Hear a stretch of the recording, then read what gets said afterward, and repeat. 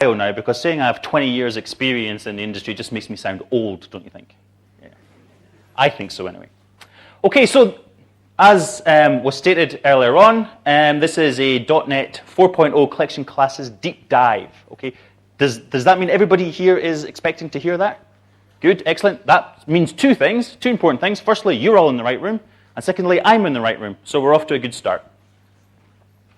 What I'm going to do first of all is I'm just going to open this bottle of water while the last few people grab their seats, because it's hot in here.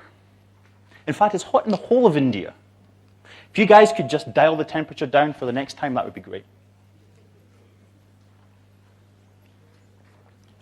Okay, we're going to crack on. I hope the rest of you are finding seats, can find them okay, and we're just going to start because we do have a lot to get through in the next 50 minutes.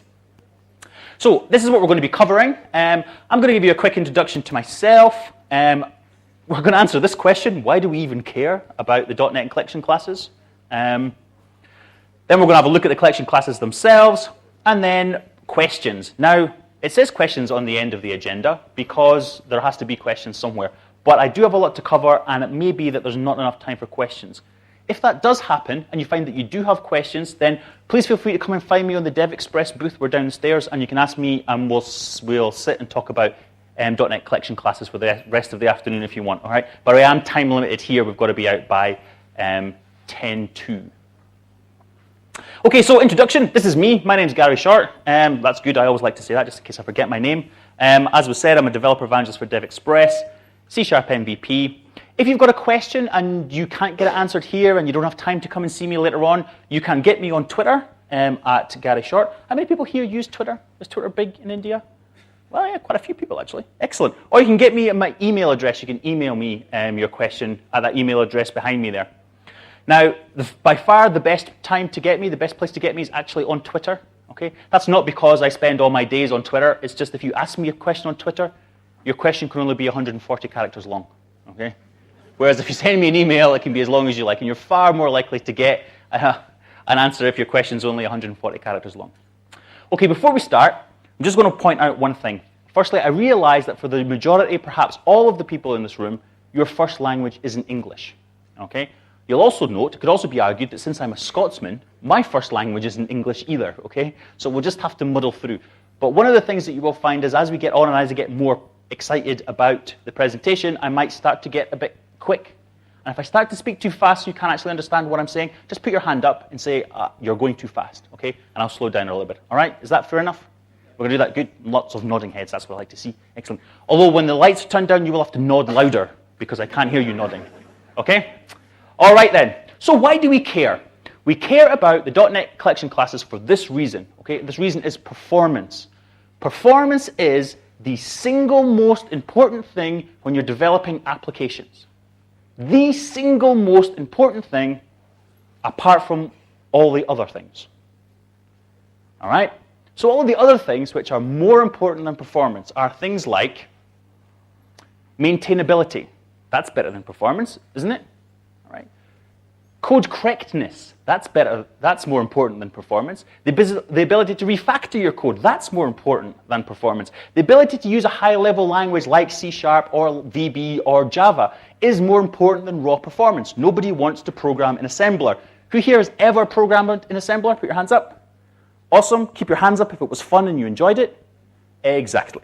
Okay. So all of these things are more important than raw performance. All right. So if I say raw performance is the most important things, and then I give you a list of things which are more important, how can I square that circle? How is that true? Well, the thing is, the way to look at performance is like currency. All right, the more currency you have when you go into a shop, the more things you can buy. You can buy a laptop and an iPad and a car and all those nice things if you've got a lot of currency. The same can be said of performance. If you've got good performance in your algorithms and what you're actually doing, then you can buy good things, like the ability to use high-level languages. If your algorithm is very performant, it doesn't have to be written in assembler. You can write it in Java or any other high-level language. Okay? If you've got good performance in your programs, then you can sacrifice some of that performance for things like code maintainability. Okay? You can write your code in a way which is more easy to read than having a tight algorithm if you've got enough performance in your algorithms and in your collections anyway that you can give away some of that performance in order to do that. Okay, so that's why we care about the .NET collection classes, and in particular performance with .NET collection classes, because with that performance we can buy a lot of other things. Okay, so that's why we care. So with that, let's have a look at the key characteristics of some of the popular collections. All right, and the most popular collection is list of T, the generic collection. Who's used that? Pretty much everybody in the room. That's what I like to see. Okay, so it's by far the most popular collection. It's the one that people will reach for automatically. You know, I need to create a collection of something. What am I going to reach for? I'm going to reach for the list of T. Okay, so let's have a look at creating the list of T. The default constructor gives us an empty list to start off with, right? So that's the first thing to bear in mind. Okay, when you first create a list, it's completely empty and there's no space for any storage whatsoever. So it's quite memory efficient when you first create one until you start to use it. Okay, you're not using a lot of memory by creating one early before you use it. Okay. Secondly, adding the first element provides the capacity for 4. So as soon as you add the first one, you get a capacity for 4. Okay. Thereafter, filling that list causes the capacity to double. So once you put in the 4th element, you get 8. Once you put in the 8th element, you get 18. No, you don't. What do you get? What's twice 8? Excellent. And what's twice 16? Excellent. So apart from where it says 18, I can't believe I've run through this slide deck so many times and I haven't noticed that before. I'm also a bit worried about the fact I've actually delivered this presentation half a dozen times and no one in the audience said, excuse me, that's wrong. Okay? But well done, we've spotted it today. So that's what happens to the list by default. Okay? So internally, how does this growing work? When we say we get capacity for extra, how does that actually work? Well, internally, the list of T will use the array.copy to actually grow the list internally, which means if you know the size that you're going to use, then specify a construction time. Okay? Don't let the list grow. So that's the first performance tip. Like this. So here we've got a list of things, and we're going to add a new thing. And we know we're only going to add 10. So we're going to say to the list, hey, I want it to be able to hold 10. Okay? Two things to bear in mind. Firstly, that's good for performance because if you have 10 to start with, okay, and you add all 10, by doing it this way, you don't have any weight for growth. Okay? By doing it the default way, you have 2 sets of growths to contend with when you add 10 elements to it. But the other thing to remember is, if you actually set the size of the class at construction time by saying, I want 10, that also affects the growth rate. All right? Bearing in mind, if you use the default, it starts at 4 and it doubles every growth rate. If you specify the size initially to be 10, then what happens is that also becomes the growth rate. So it doesn't double each time, it actually goes up in increments of what you set to be the initial size. All right? So that's something else to think about when you're thinking about the general performance of your application.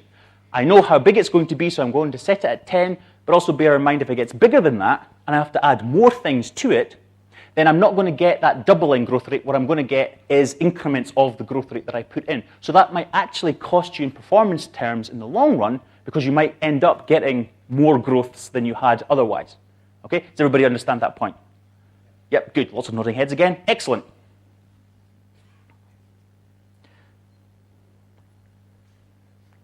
There we go. I've obviously wandered too far away. Okay, collection initializers are another good thing. All right, who uses to read? Who uses class initializers like that? Okay, a few people in the room. Good stuff. Thing to remember about is if you do that, then the collection initializers are not emitted into IL. All right, that initializer doesn't appear anywhere in IL like that. What actually happens is the compiler converts it to an add. All right. So the first element increases space for 4 elements, the 5th forces a growth to 8, and the 9th forces a growth to 16. Okay? It should have been written like that. Again, in exactly the same way. You can use your initializer, all right, but again, specify the size at construction time. Okay? And bear in mind, initializers don't actually get emitted to IL. It uses the add method under the hood, and that's important, and we'll see why that's important in a minute. So, adding elements then. What about adding elements? We've got the add method, obviously. We've already spoken about that. Okay, it works like that. Here's another performance tip. Okay, don't add elements in a loop. Okay, who's done that? Who does for I equals 1 to 100, or who takes a collection and iterates through that collection and adds each members of the collection to another collection to the list? Hands up. Yep, a few people. I used to do that as well. This should prevent you from doing that. Or not prevent you from doing that, because it's not necessarily a bad thing, but it's something to bear in mind, okay? Something to think about if you're going to be doing that, okay? Whoops. You see, we've got too fast. Okay, don't add them in a loop, and this is why. Because it may trigger one or more capacity growths, okay? What we should use is we should use the add range instead, all right? So if we've got 100 elements, for example, and we add them in a loop, we're going to get, depending on what size we made that list in the first place, we're going to get a number of growths, right? And growths hurts us because it uses array.copy, and array.copy will create an array of the size that it wants and actually copy every single element in, all right? So growth hurts us, performance terms, all right? An add will trigger growths, but an add range won't. What the add range does is it looks at the size of the collection you want to add in the first place, okay? And it either creates a collection of that size or grows the collection to that size in one go, all right? So you get one growth maximum, and then it adds all of those elements in there, all right? So from performance terms, it's a lot better. So who uses the add range instead of add? Okay, a few people have heard of that as well. Good. This is what it looks like in performance terms on a graph. So you can see for the first 1,000 elements, it doesn't really make any difference, okay? After about 1,000, you start to see a performance difference, all right? Around about 50,000, that performance difference starts to be quite big, right? And as you go from 100,000 up towards 1 million elements that you're playing with, the difference in performance is quite marked, okay? It's quite marked. So bear in mind, so obviously I'm not saying don't ever use add in a loop, because if you're around about 1,000 elements, it doesn't really make any difference, okay? But bear in mind the growth of your application. Who's written applications here? Put your hands up if you've ever written an application in your life that's shipped. The people without their hands up, what do you do for a living? Okay, so keep your hands up. Keep your hands up if you've shipped a product and it stayed absolutely the same with the same requirements that it had on the day it did for the entire length of its life. Right? No, that never happens. Right? Never happens. So bear that in mind, okay? Just because when you write it in the first place, right, you're dealing with maybe 1,000 or 10,000 elements, doesn't necessarily mean to say that's what the application is going to go on for. So have a think to yourself in your head, what's the future of this application likely to be?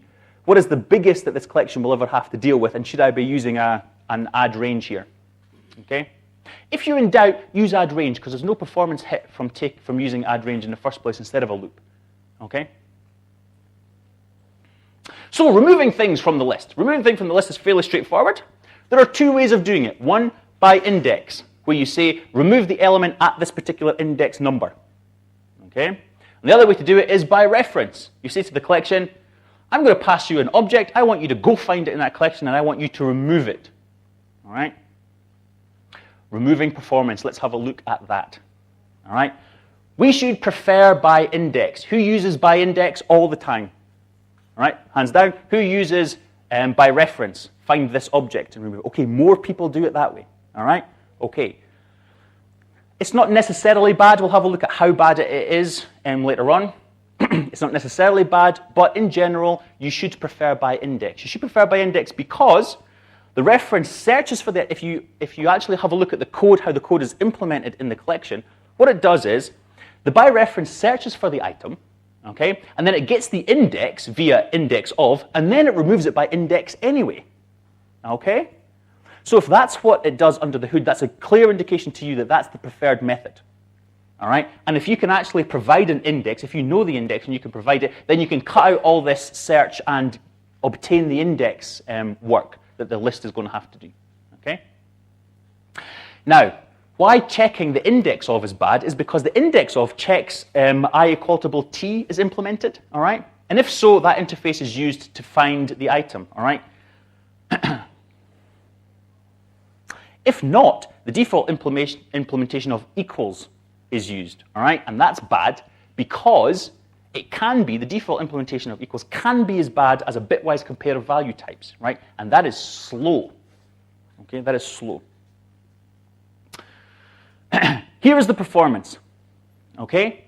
The blue line, which is remove at, is constant time, okay? It's a constant time operation regardless of how big your collection gets. If you say remove the item at a particular index, it's always going to take the same length of time. takes the same amount of time to remove takes the same amount of time to remove an object at index 1 if there's 10 in the collection as it does if there's 10 million in the collection. Okay? But as you can see, it's not the same for the remove. Okay?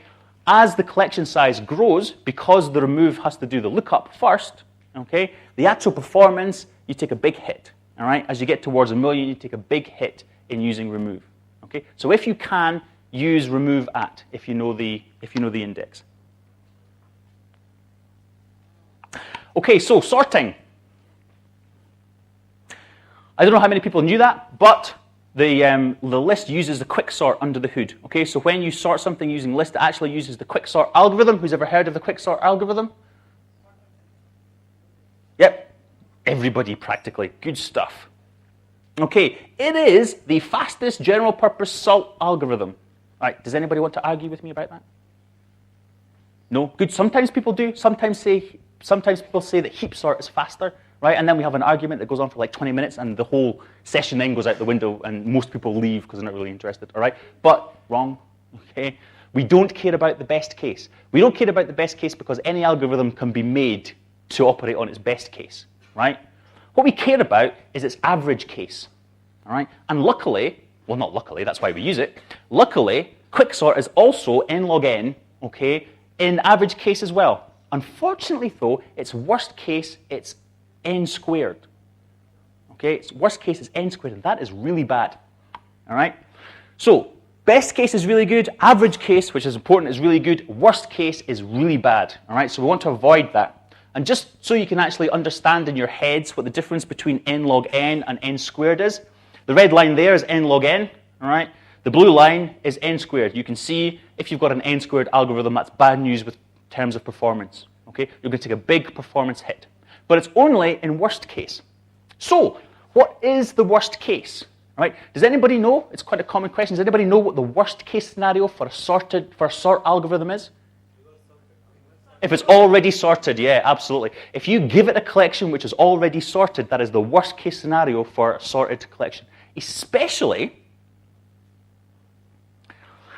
for quicksort, because how quicksort works is it has a partition. Okay, and it partitions on a particular element, and it has sorts at the lower and it sorts the upper. Okay, if it's already sorted, what happens when it goes to do that partition is the very first time it does the partition, it has nothing in the lower partition, right, and has everything else in the upper partition, right? That's a complete waste of time.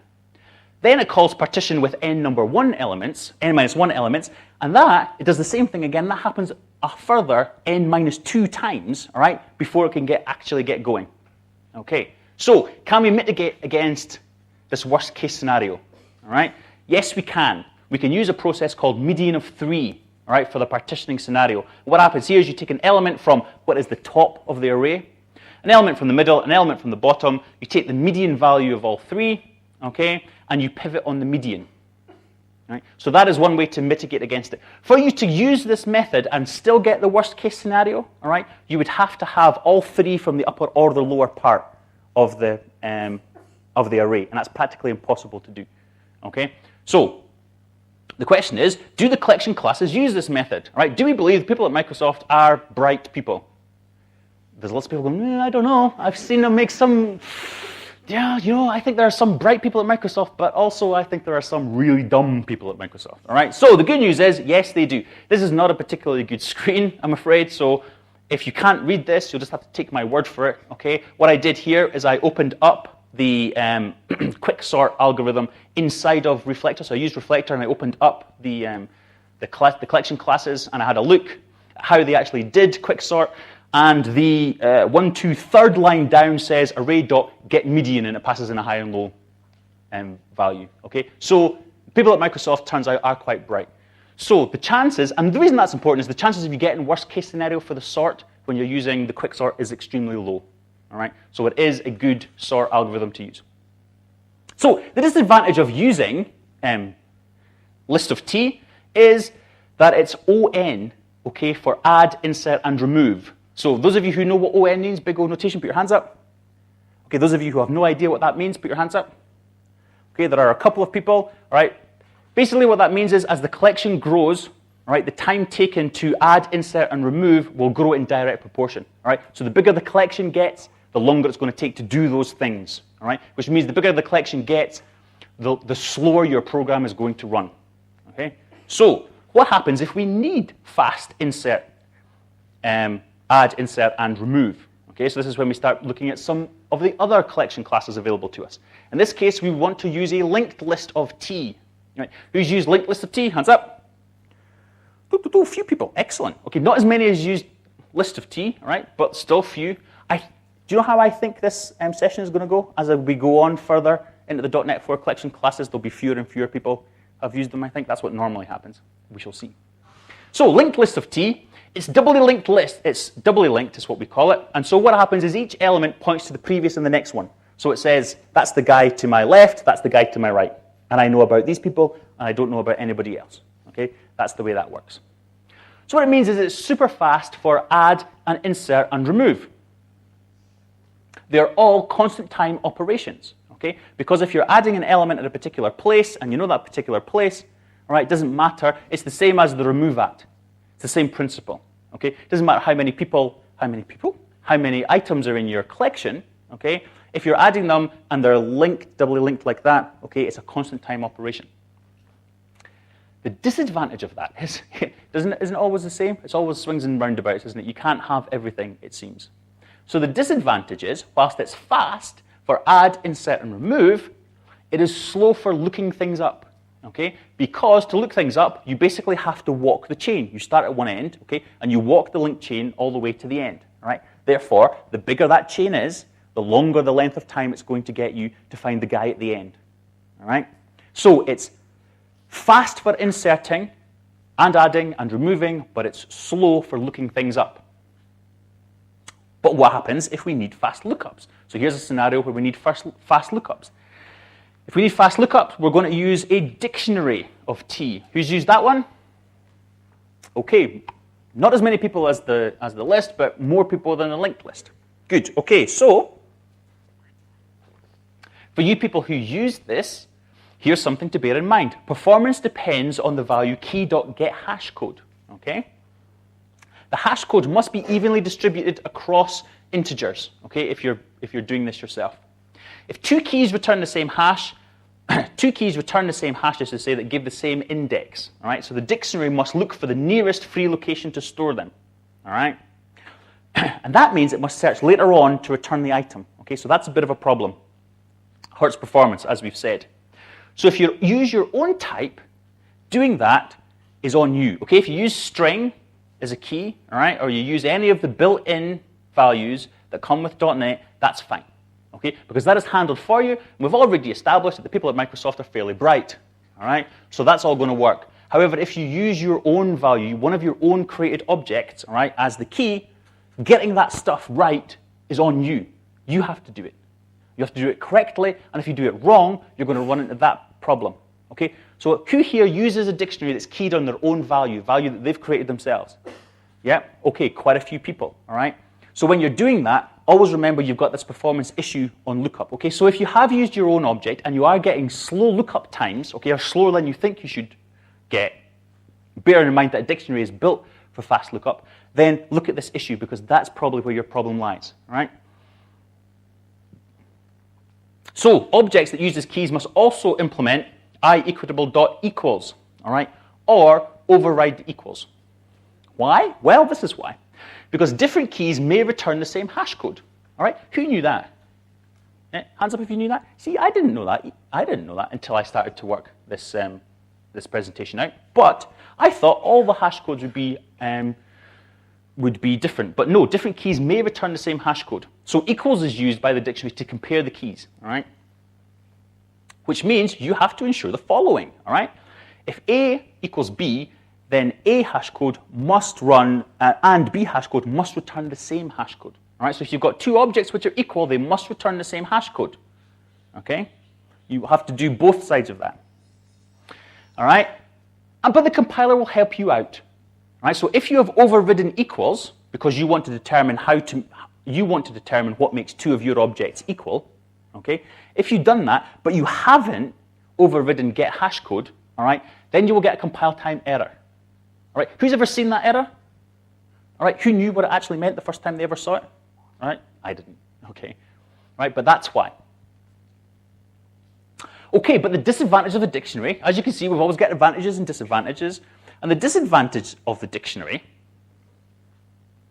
is that it's one value per key. All right, here's the key, here's the value, that's it. It's a bit like a cloakroom. Okay, you've got one peg, right? It's got your name on it. You hang your coat on it. Okay, that's all. You don't get to hang anybody else's on it. All right. But what happens if we want to use more? If we want more values per key, then we can use a lookup of t. Who's used that? Oh, right, now we're down to the, again, I didn't quite see that again. Who's used lookup of t? One person in the whole room. All right, so one person who's going to own up to have used it. Okay, right, so that's quite a number. This is how we expected it to go. So lookup, not very many people use it. What it is, there we go. It looks like a dictionary. Okay, but it allows you to map keys to collections of values. All right, so you and your entire family can hang their coat on the one peg using the same analogy, which doesn't really work. So I'm probably not going to use that analogy next time I give that session. Okay, but it can't be created like a normal dictionary. Good old Microsoft at it again, right? It looks like a dictionary, it quacks like a dictionary, but oh no, you can't create it like a dictionary. That would be too easy. Don't you just love them? All right, so how do you create these things? What you have to do is you have to call the toLookup method, all right? And the toLookup method is an extension method which is available to every class that implements IEnumerable of t. So anything which is an IEnumerable of t can have toLookup called on it, and it suddenly becomes woohoo! If that's for me, tell them I'm busy. Okay, I'll call them back. That is an awesome ringtone, though, isn't it? All right, so I'm sorry. So any list at all that implements IEnumerable of t can have toLookup called on it, and all of a sudden it becomes a lookup which you can hook many collections or many items to the one key. Okay. It requires a delegate of type function, tSource, tKey. Right? I look at these. Who knows what these mean? Right? Really? Did anybody here know what? Yeah. See, I look at that and I go, no, you'll need to give me an example. All right. So this is how it actually works. All right. So let's imagine that we had a list called sales list, and it was a list of sales by country. All right. And what we wanted is we actually want a list by country. So what we want to do is we're going to apply this function here, and what we say is, I want you to give me a lookup, and what I want you to do is I want you to look up on the country. Okay. So I want the key to be all the countries, okay, and the values to be the sales for each of those countries. All right. And then what we do is we can write this kind of thing where we can say for each sale, S in sales by country UK, write it out to the command line. And what we'll get is we'll see all of the sales for the UK, and all of the sales for India, and all of the sales for the US, okay? Because it's all keyed on that.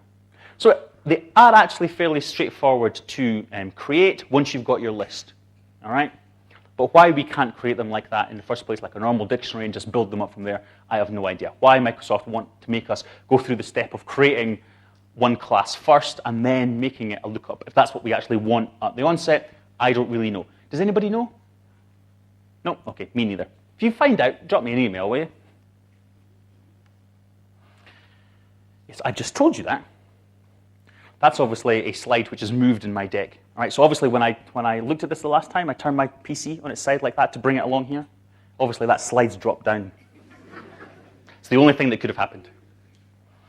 Okay, so let's have a look at sorted collections now. So up until now, we've looked at things which are easy and fast to add, easy and fast to look up, and we've not had a look at sorting really, other than the sorting that's within the list. Okay, and we've told you some of the performance issues with that. All right, so let's have a look at sorted collections now. In the .NET 4, in .NET 4.0 collection classes, there are these sorted collections: a sorted list, a sorted set, and a sorted dictionary. Who's ever heard of these before? Okay, a few people. Keep your hands up if you've used them.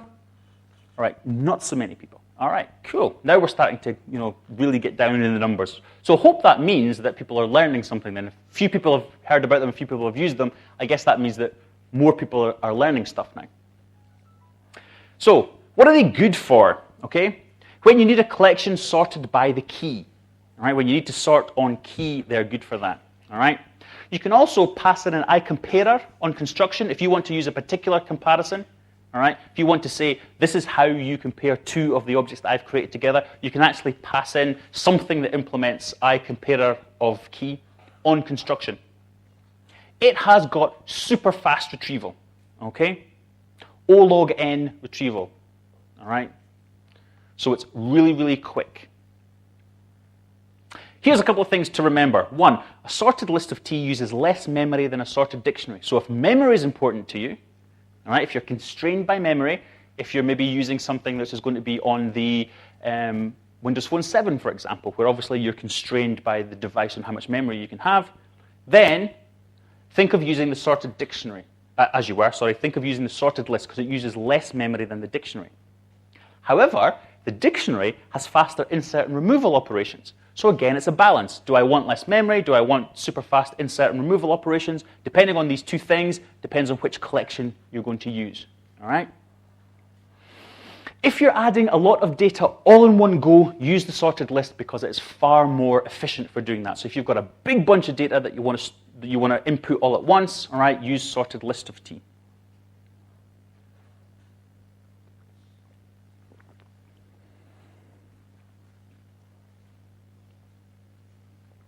Concurrent collections. Who's heard of concurrent collections?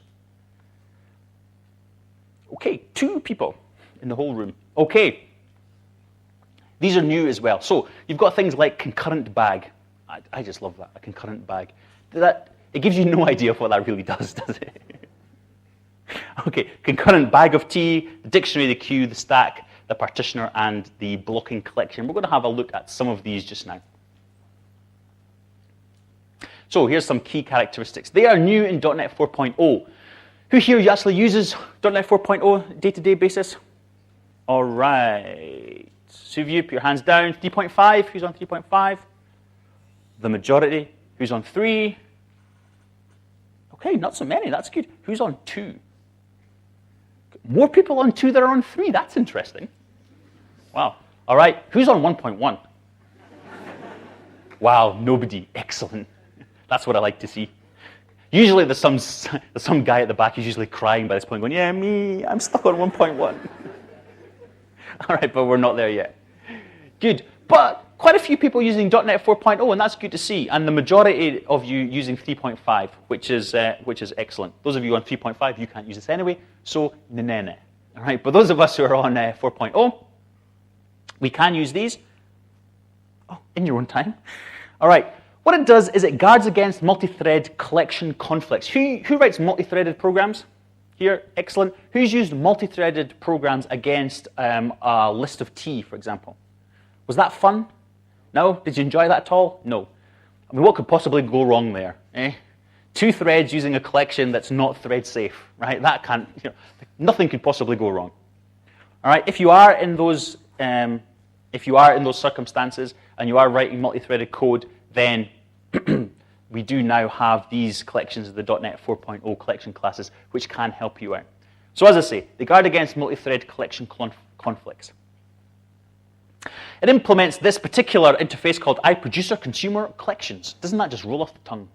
You know it was an engineer that came up with that name, don't you? You know there was no marketing person ever looked at that, right? What are we going to call this thing? Oh, we're going to call it ProducerConsumer Collections, all right? And the engineer will go, well, what's wrong with that? That's exactly what it does on the tin, okay? Who thinks that's a good name? Okay, so I've just identified all the engineers in the room. Excellent, all right, thank you very much. And what it does is it implements this particular, or it forces you to, people who implement this have to implement a try-add method. And what the triad does is it does what it says on the tin. It tries to add an item to the collection and returns a success boolean, either true, I managed to do this, or false, no, I couldn't add it to the collection at this time. All right? Couldn't add it to the collection at this time. It also has another method called try-take. Can we guess what this does? It does exactly the same thing. Well, no, it doesn't. That would be ridiculous. It does it in the same way, though. It tries to remove an object, okay, and it returns the item. Sorry, it doesn't. And returns a success boolean as well. If I want something out of a collection and I say, please take this out of the collection and give it to me, and what it returns is a success boolean to say, yes, I've done it, that doesn't help me. It's like, please give me this object. Yes, I've got it. Yeah, but I want it, right? Okay, so where the heck is it, right? And where it is it returns the item in an out parameter. So what Microsoft have tried to do, and you can argue that this is correct, and you can argue that it's just dumb and counterintuitive, right? And you can get a good argument from both sides, to be honest. I'll leave you to decide for yourself. What it does is it's tried to stay the same as try-add. It will tell you straight away with the return whether or not it's managed to do it. It says, yes, I've got it, or no, I couldn't get it this time. And if you say, yes, I do have it, then you can query an out parameter to actually get the object that you wanted. Okay? It's a bit like when one of your kids, every parent's done this. Every parent has tortured the children by doing this, I'll bet, right? If there's a toy or a sweet or something on a high shelf, and the child comes up to you and says, Daddy, can you pass me down that sweetie? You say, yes, I can. Yes, I can reach it. And then they say, no. Will you pass it to me? Yes, I can, and you hand it to them, right? Every parent's done that, right? And everybody who's laughing is going, yep, I've done that, okay? So that's Microsoft's equivalent of doing that, okay? You've gone, please give me this object. It's gone, yes, I can give you the object, right? You have to ask for it again, okay, before you actually get it back again, okay? Always check the return value before moving on, right? Especially if you're trying to do a triad. Don't just go, triad this, I'm off. All right? Actually go see, right, if it added it. Because if it can't, right, it'll just go, so, sorry. And if it'll go, sorry, I can't. Oh, and you're not listening. Oh, okay, I don't care. All right? It won't chase after you and go, oh, excuse me. That thing that you thought you added, you haven't, right? So always check before moving on. In the same way, right, check to make sure when you're doing the try-take, all right, check to make sure it's actually done it. There's no point in going ahead and actually querying the out parameter if it's already told you, right? It's a bit dumb. You say, have you done this thing? It says, no. It says, give me the object. It says, no, I've already told you I haven't got it, right? There's no need to ask twice, all right? So check the return value before moving on, okay? But to have to check every time, I mean, really, how dull is that going to get, okay? So the answer to that question is no, right? Thankfully, we don't have to check every single time, all right? What happens here is we've got a blocking collection. Remember that in the big list at the start? We've got the blocking collection. Now what the blocking collection does is it blocks and waits, all right? So what will happen is if the other thread is consuming the one of the other collections, for example, and you say, please try and add this, it will say, oh, no, I can't because we're someplace else, okay? Some other thread has got hold of this, right? I'll go, nope, sorry, all right? And you can either come back and try and do it again or give up. Right? But what a blocking collection will do is a blocking collection where you'll say, can you please add this? And I'll say, oh, no, I can't add it just now. I'll wait. Can I add it now? Nope, not yet. Waiting. Can I add it now? Yes, yay! And then I'll come back and say I've done it, okay? So that's the blocking collection. You don't have to keep adding, you don't have to keep asking and trying the add again. So a blocking collection will wait until it actually can. And then it'll come back to you and say, I've done it, okay? But we don't want to wait forever, okay? If you're in a multi-threaded application, right, and you say add this, and your blocking collection says, can I add it now? Nope. How about now? Nope, not yet. How about now? Nope, not yet. Your users are going to get fairly fed up, right? You're just going to get that spinny wheel of death, all right, while it goes la, la, la, okay? So what happens if we don't want to wait forever? So we don't want to wait forever. Yes, thank you very much. And we don't want to cancel the add from the outside, okay? Because the add method will allow us to cancel from the outside if we've waited for long enough, all right? But what happens if we don't want to do that? Well, try-add and try-take are offered too, so you can always drop back to that other behavior that I've talked about, okay? And in there, for the blocking collection, you can specify a timeout, okay? You can say, please try and add this thing, but don't wait any more than 3 seconds, right? Because I want a really responsive UI. If you can't add it in 3 seconds, then come back and I'll tell the user it's not going to work. We've also got observable collections of T. Who's used them? Okay, so a few people are not really too sure. All right, I'll bet you have, right? Okay, it was added for WPF. If I tell you it's in WPF and those collections are there in WPF, who's used it now? Yeah, okay, a few more people go, oh, yeah, right enough. Okay, what happens is it just does exactly what it says on the tin. It watches the collection, and when you add and remove items, it tells you about it. You get change notification, okay? It fires a collection changed event, which you can register to wait for, and when you get it, you can act on that how you see fit, okay? It's actually defined in the Windows base assembly, all right? Not in the collection classes, all right? Because well, who would expect it not to be in the collection class because it's called collection, right? But no, it's actually defined in Windows base. So if you're using Reflector or something like that to see how it works, okay, and you want to see how observable collection works, and you've opened up the collections thing because that's where you think it's going to be and you can't find it, the reason you can't find it is because it's in the Windows base assembly. And it uses list T internally, all right, which means everything that I've told you about list T right at the start of the session, right, you know, all that stuff you've already forgotten, okay? This is why we make our slides available, all right? That stuff that you've already forgotten, all right, all of that stuff applies. Okay. There are also some specialized collections that we're just going to quickly run through in the last 5 minutes. There's the hybrid dictionary. Okay? So I just think this is a work of genius, actually. The hybrid dictionary, what it does is it says, for when the number of elements in a dictionary is unknown, okay, so I don't know how many we're going to be, okay, if the collection size is less than 10, it is a list dictionary, all right? If it's more than 10, it automatically morphs, okay, into a hash table, all right? So it's a hybrid dictionary, all right? It changes out from underneath you, which I think is quite cool, all right? If the initial collection you give it is more than 10, all right, it's going to go straight to hash table, all right? You're not going to get the list dictionary step, all right? Who's used the hybrid dictionary? Okay, a few people, good. If it's case sensitive, right, remember the hash code and equals is used. So remember that thing that I already told you about dictionaries with the hash code and the equals, you know, that thing that was quite confusing and some of you kind of went, I'm going to have a sleep because it's right after lunch. Okay, that thing, okay, that applies here as well. Okay, if it's insensitive, then it performs an ordinal case insensitive comparison. Who knows what that means? A few people, right? Okay, basically what it means is it just actually looks at each of the letters, right, and until its first failure. Keys can't be null, all right, but values can be. That makes sense, all right? Keys being null is just a pain in the ass. Okay, a list dictionary. Implements dictionary as a linked list. We've already spoken about linked lists, yes? Nod your head if you remember me speaking about that. Excellent. Nod louder because I can't hear you. Okay, good. So we all remember that. It's suitable for collections less than 10, all right?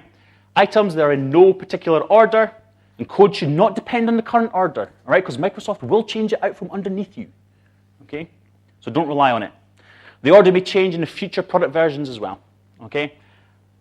Item, add, remove, and contains is an ON, right, action. We've already said that's bad, okay? Okay, so we're running out of time, so we're going to fly through these last slides. Ordered dictionary, collection of key value pairs. Each pair is stored as a dictionary entry item, okay? It's accessible both via the key or the index, right? Unlike most dictionaries, that's why it's helpful, all right? You can actually get things through the through the index as well, not just through the key, okay? Elements are not sorted by key, obviously. String collection, accepts nulls, allows duplicates.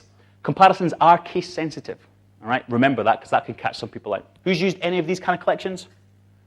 Yep, few people, but not too many, all right? Good. String dictionary, hash table strongly typed for strings, basically. So it's a dictionary implemented for strings, very performant for strings, okay? It's case insensitive. Everything is transferred to lowercase before you, so it doesn't matter if you've got it in uppercase, doesn't matter if you've tried to be clever with your string naming, okay? It's all insensitive. Everything's cast to lowercase beforehand, all right? It uses the invariant culture when comparing the strings. So here are the performance takeaways that I want you to take away from this, all right? I'm not going to read through them because we're running out of time. They're all there on the slide. I've spoken about all of these things already, all right? But these are the performance takeaways. If you download the slide deck later on, okay, you can study them at your leisure. We've already talked about all of these things, though, all right? But that's just a summary slide. Okay, and why do we care about performance? We care about performance now because we're entering a time of big data, all right? Anybody who studied algorithms, who did comp sci at university and studied algorithms? Who's studied algorithms at all? Okay, few people. You hear this phrase all the time when you're studying algorithms, and it's for sufficiently big values of n, it means that this algorithm does this or doesn't do that or whatever, right? And for a time, a lot of students have been able to sit there and shake their heads and go, yeah, but sufficiently big values of n, I'm never going to be dealing with anything with sufficiently large values of n, right? Because processors are getting faster all the time, and memory is getting cheaper, so I've always got more computing power, and I've always got more memory, and that is actually rising faster than my business need for handling lots of data. all right? Those days have gone, and they've gone for two reasons. One, we're getting to the end of Moore's law, right? So processors are not going to get faster and faster as much, all right? You're going to see multi-cores instead of faster and faster chips. And the second reason that is we are starting to live in a world of big data, okay? We're living in a world of Facebook and Twitter and things like that, which actually do use huge amounts of data.